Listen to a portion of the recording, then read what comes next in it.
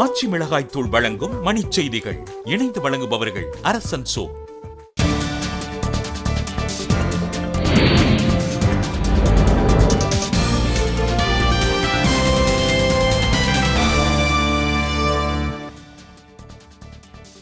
சென்னை ஆழ்வார்பேட்டையில் உள்ள தனியார் நிறுவனத்தில் தீ விபத்து, கோப்புகள் எரிந்து நாசம். நடுவண் கல்வி வாரியத்தின் 10ஆம் வகுப்பு மற்றும் 12ஆம் வகுப்புக்கான தேர்வுகள் இன்று தொடக்கம்.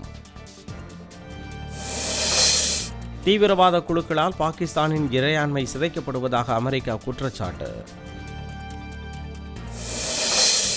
நாமக்கல் அருகே நின்று கொண்டிருந்த சரக்குந்து மீது மகிழுந்து மோதிய விபத்தில் 3 பேர் உயிரிழப்பு. குடிநீர் தேவைக்காக மேட்டூர் அணையிலிருந்து இன்று முதல் நொடிக்கு 500 கன அடி தண்ணீர் திறப்பு. கோவில்பட்டியில் வீட்டில் தூங்கிக் கொண்டிருந்த பெண்ணிடமிருந்து 8 பவுன் நகைகள் கொள்ளை, காவல்துறை விசாரணை.